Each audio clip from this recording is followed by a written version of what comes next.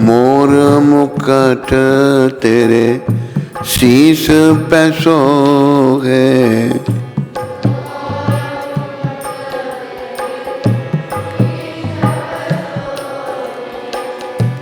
प्यारी बंसी मेरो मन मोहे।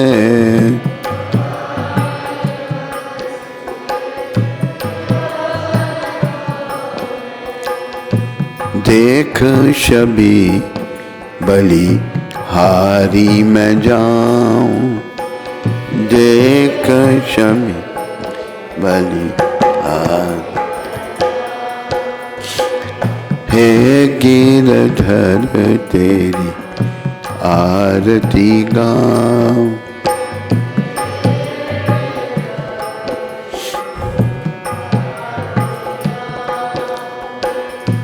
चरणों से निकली है गंगा प्यारी,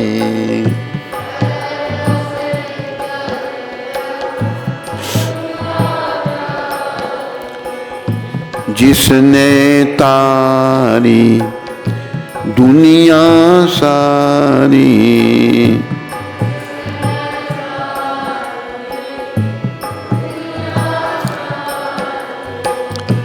उन चरणों में शीश झुकाऊं,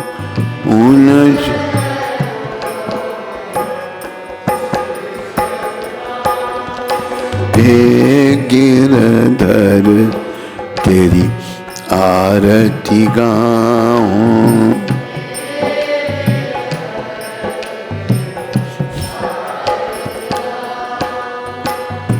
संग सोहे वृषभानु दुलारी, संग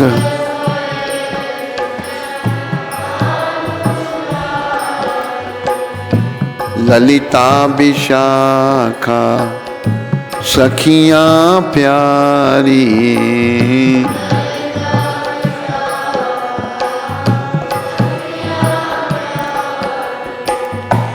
युगल छवि के दर्शन पाऊं,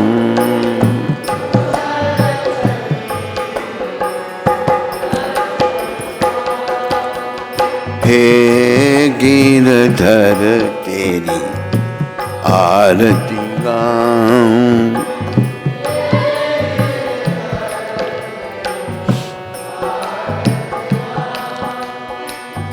व्यासदास के नाथ आप हो,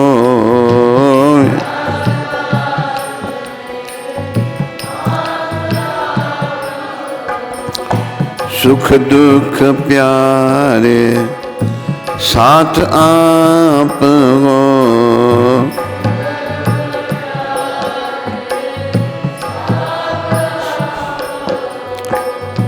वास सदा वृंदावन पाऊं, वास सदा वृंदावन।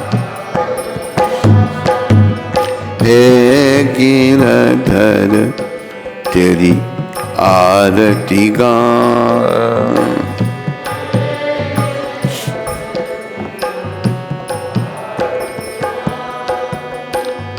बोलो राधा गिरधर भगवान की, बोलो गौर राधा कृष्ण भगवान की, बोलो सीताराम लक्ष्मण हनुमान की, बोलो नृसिंहदेव प्रहलाद महाराज की, बोलो गौर निताय पंच तत्व की, बोलो राधा मदन मोहन भगवान की, बोलो राधा गोविंद भगवान की, बोलो राधा गोपीनाथ भगवान की, बोलो राधा रमन भगवान की, बोलो राधा दामोदर भगवान की, राधा गोकुलानंद भगवान की, बोलो श्रील प्रभुपाद की।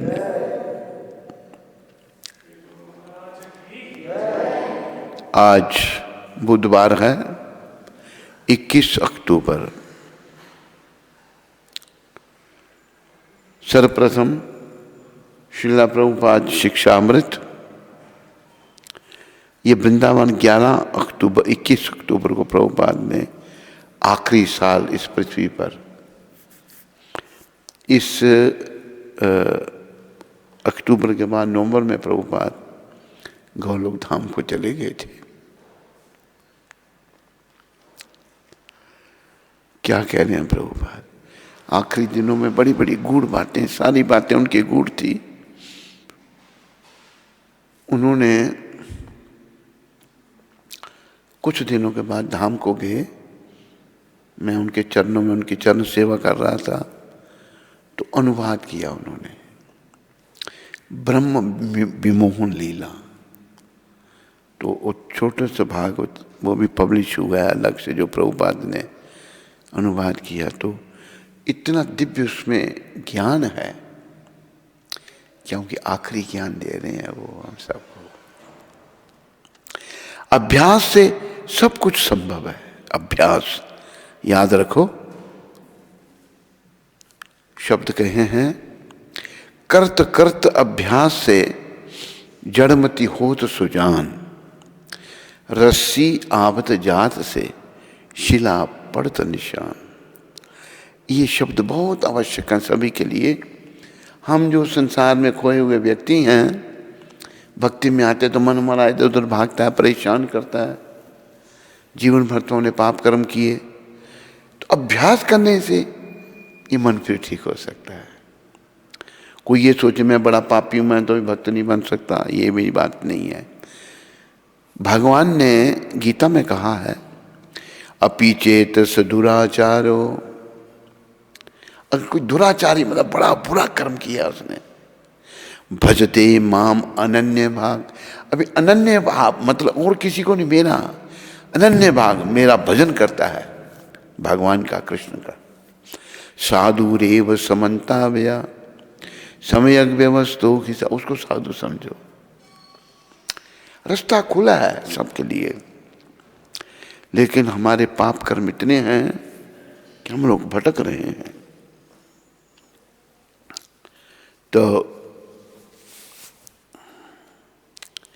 अभ्यास याद रखो, इन शब्दों को बार बार अभ्यास करना है।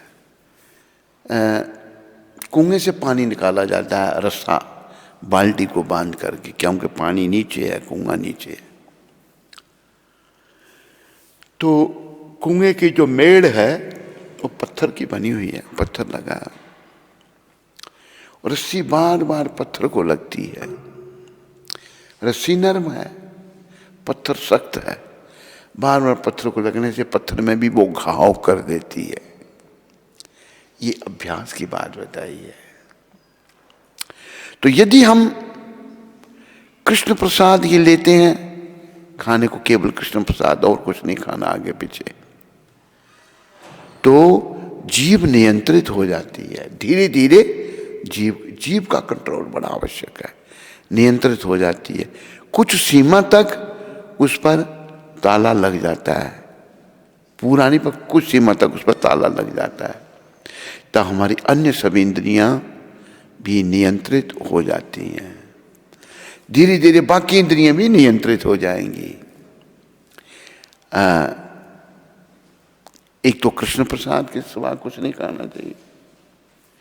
भगवान ने कहा है गीता में, जो मुझे अर्पण किए बिना खाता है वो पाप खाता है। कृष्ण को अर्पण किए बिना कुछ नहीं खाना।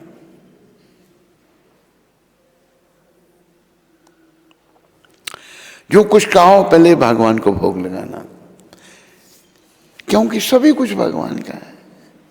हम उनको एक रिकॉग्नाइज कर रहे हैं,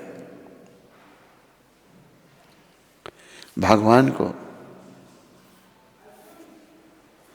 हम समझ रहे हैं कि भाई उन्हीं का दिया हुआ है, ये प्रभु तेरा दिया हुआ, तेरे को अर्पण कर रहा हूं, स्वीकार करो। और भगवान इतने पूर्ण हैं।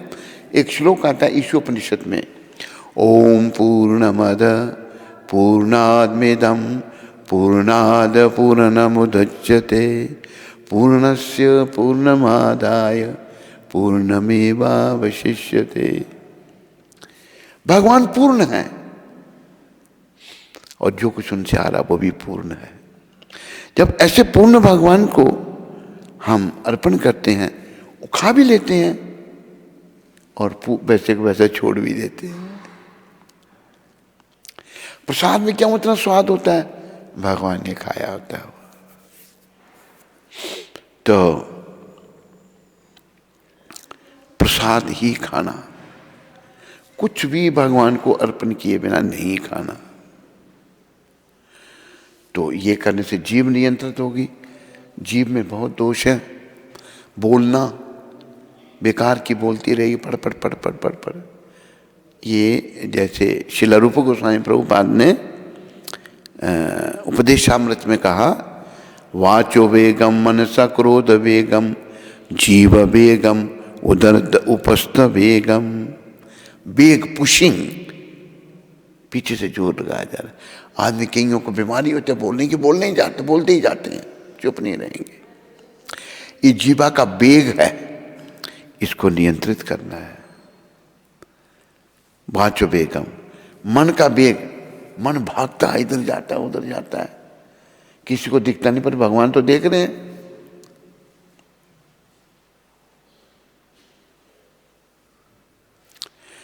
ये मन का वेग है। मन को कहीं नहीं, मन को कृष्ण चिंतन में लगाना है। ये भागेगा, वापस फिर लाना है इसको। मन के बारे में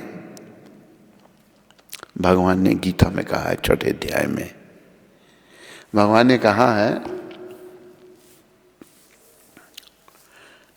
अर्जुन को कहा कि मन को तू नियंत्रित करो। अर्जुन कहते हैं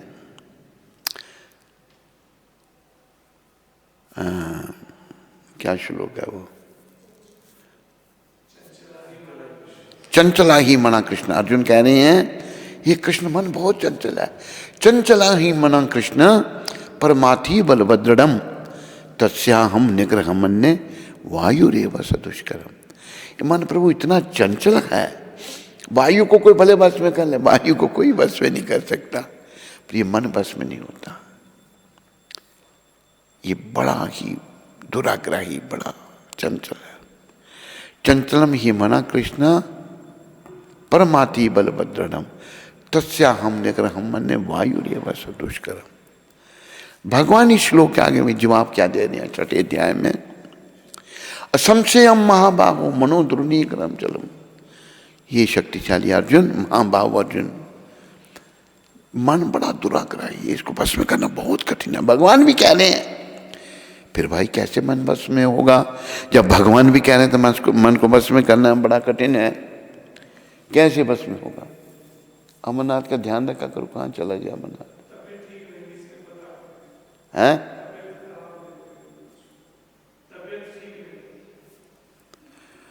उसको दवाई दो डॉक्टर साहब, अमरनाथ को, तबीयत ठीक नहीं है उसकी। तो भगवान भी कहते हैं मन को बस में करना बहुत कठिन है। मनो दुर्निग्रहम चलम, दुराग्रही है मन।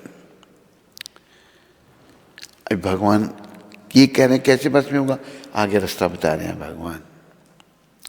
मन को कैसे बस में करना है, ये कृष्ण के शब्द हैं।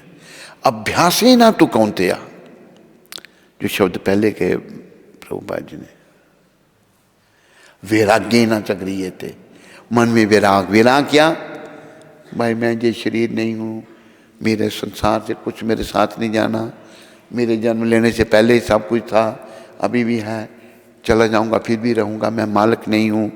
मालिक तो बस कृष्ण है और कोई नहीं। इससे मन बस में होगा। रोज सोचो भाई कुछ मेरा नहीं, छोड़ना है एक दिन सब कुछ, सब कुछ छोड़ना है। अरे स्त्री पुत्र धन दौलत मकान कार बंगले, ये वो दूर की चीजें, शरीर भी छोड़ना पड़ेगा, बाकी चीजों को छोड़ो, इसको भी छोड़ना पड़ेगा। इससे तो बहुत प्रेम है। एक बताया है, बंदर देखो कोई बंदरों के लिए कुछ करो भाई, बंदर बहुत बढ़ते जा रहे हैं, अगर ये बहुत मुसीबत करते हैं, फिर इसका प्रयास करो। हैं?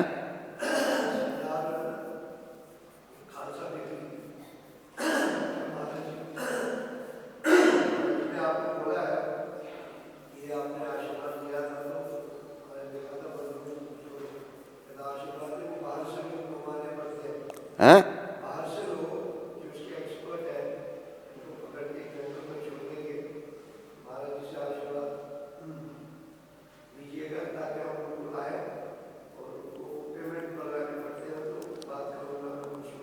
हाँ हाँ, मतलब बड़ी उनकी काफी बढ़ गए हैं अभी यहाँ पर।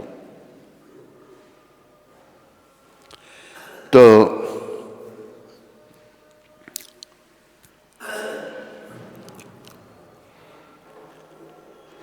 जीव को नियंत्रित करना है,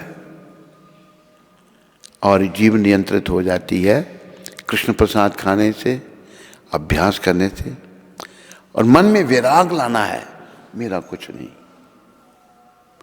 मैं ना कुछ लाया था ना ले जाऊंगा, शरीर भी यहीं छोड़ देना, ये भी शमशान की अमानत है, ये जल के राख हो जाएगा।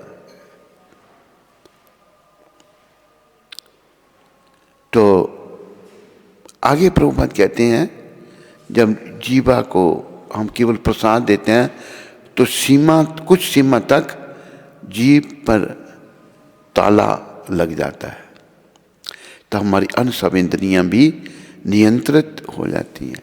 जीव का कंट्रोल होगा तो बाकी इंद्रियां भी नियंत्रित होंगी। बाचो बेगम मन सक्रोधम, जवानी का बेग, मन का बेग, क्रोध का भी, क्रोध आ जाता है, कंट्रोल नहीं होता आदमी। बाचो बेगम मनसा, क्रोध बेगम, जीव बेगम, उदर्द उपस्थ बेगम, त्वचा का बेग, पुरुष स्त्री को स्पर्श करना चाहता है, स्त्री पुरुष को स्पर्श करना चाहती है, ये त्वचा का बेग है। तो इन बेगों को रोकना है, तभी अंते नारायण स्मृति हो सकेगी। अंत में भगवान का नाम जीवा पर तभी आएगा जब बेगों को रोका जाएगा।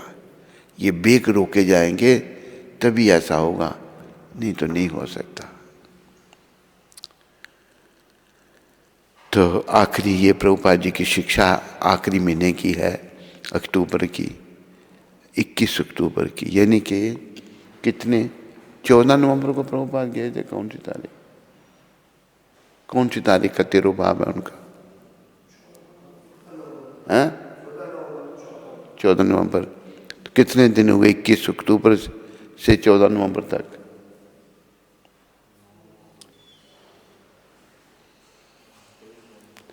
तेईस दिन के बाद प्रभुपाद धाम को चले गए थे। बोलो पतित पावन शिला प्रभुपाद की। हरि बोल। पकड़ी। तो कोई प्रश्न किसी को?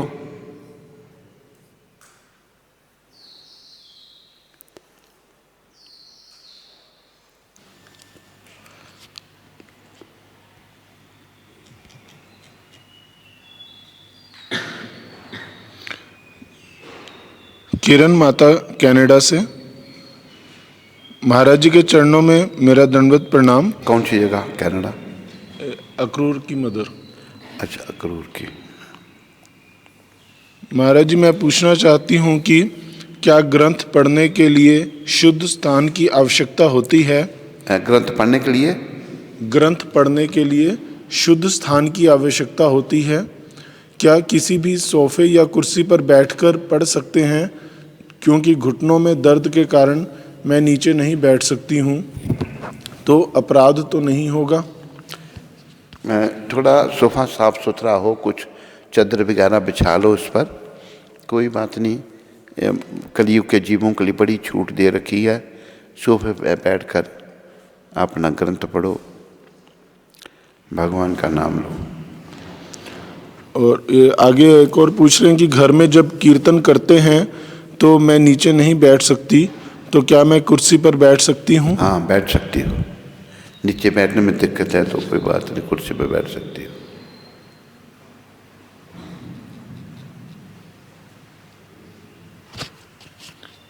ईशानी उप्रेती माता, उत्तराखंड से। कहाँ से? उत्तराखंड।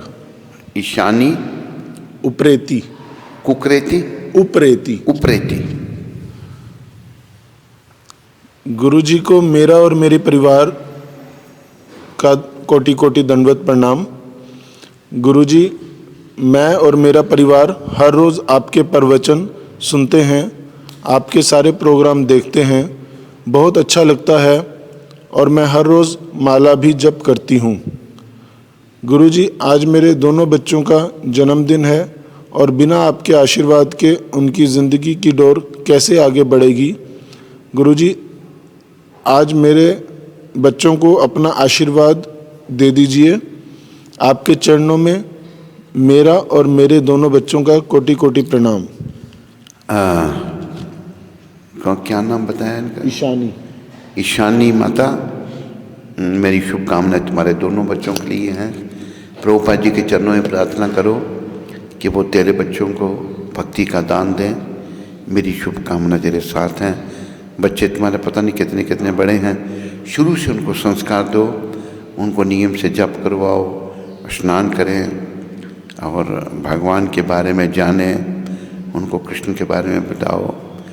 संस्कार जो शुरू में पढ़ते हैं वही जीवन भर रहते हैं। माँ बच्चे की पहली गुरु होती है।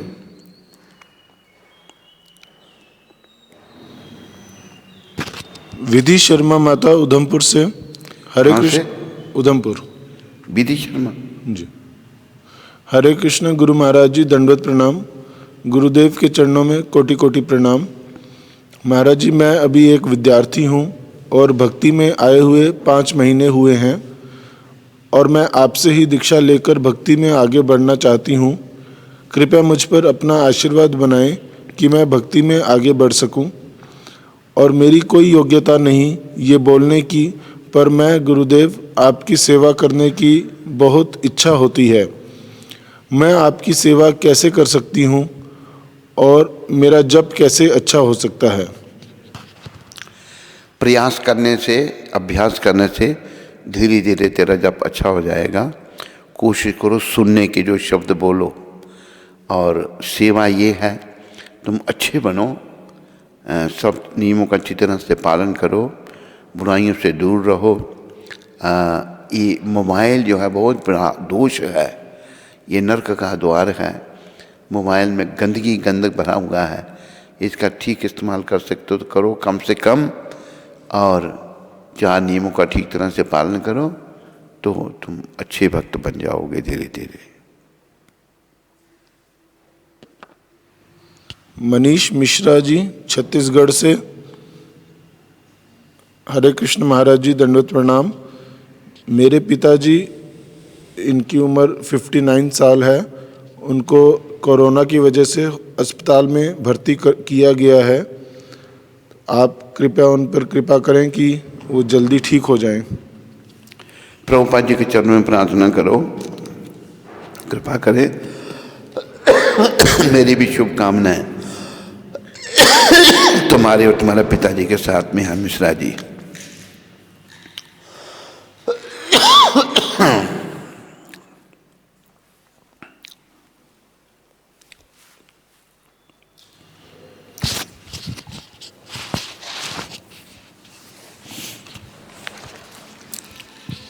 हरे कृष्णा। तो आज राजस्थान से श्रीमती पुष्पा राठी जी ने अपने सुपुत्र के सचिन राठी के जन्मदिन पे भगवान की सेवा भेजी है। तो उनका और उनके परिवार का श्रील प्रभुपाद आश्रम उधमपुर के सभी भक्तों की ओर से बहुत बहुत धन्यवाद। हरि बोल। जर्मनी से राम मोहन प्रभु जी ने, देहरादून से विदुर विदुरानी ने, और अमृतसर से मुकेश प्रभु ने महाराज जी के चरणों में अपनी सेवा भेजी है। तो उनका और उनके परिवार का श्रील प्रभुपाद आश्रम उधमपुर के सभी भक्तों की ओर से बहुत बहुत धन्यवाद। हरि बोल। कुवैत से सनी जी ने और दिल्ली से आशीष जी ने ठाकुर जी की सेवा भेजी है। तो शिला प्रभुपाद आश्रम उधमपुर के सभी भक्तों की ओर से उनका बहुत बहुत धन्यवाद। हरि बोल।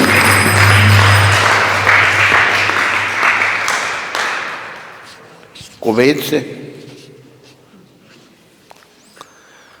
हरे कृष्णा। सत्संग चैनल पर गुरु महाराज जी का रोज सायंकाल 8:40 पर सत्संग प्रसारित होता है।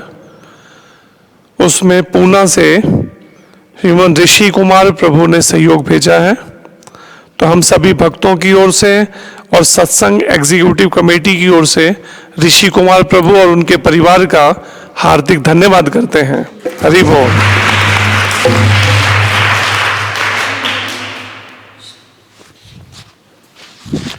हरि बोल, हरि बोल।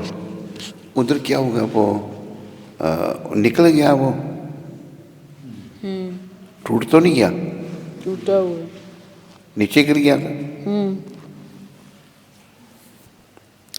ठीक तरह से लगाए नहीं इन लोगों ने। यूएसए से अष्टमंगल प्रभु जी ने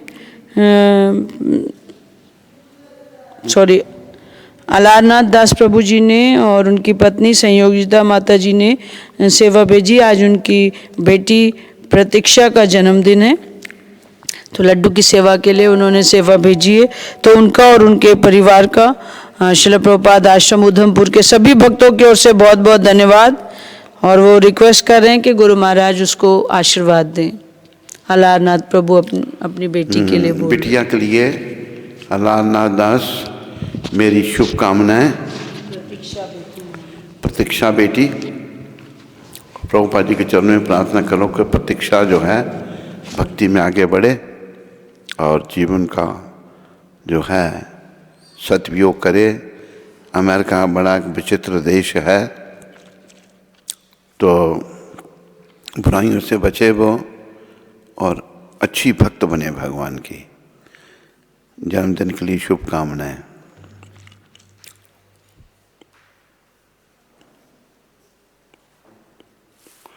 स्कंद पुराण में तुलसी देवी की प्रशंसा इस प्रकार की गई।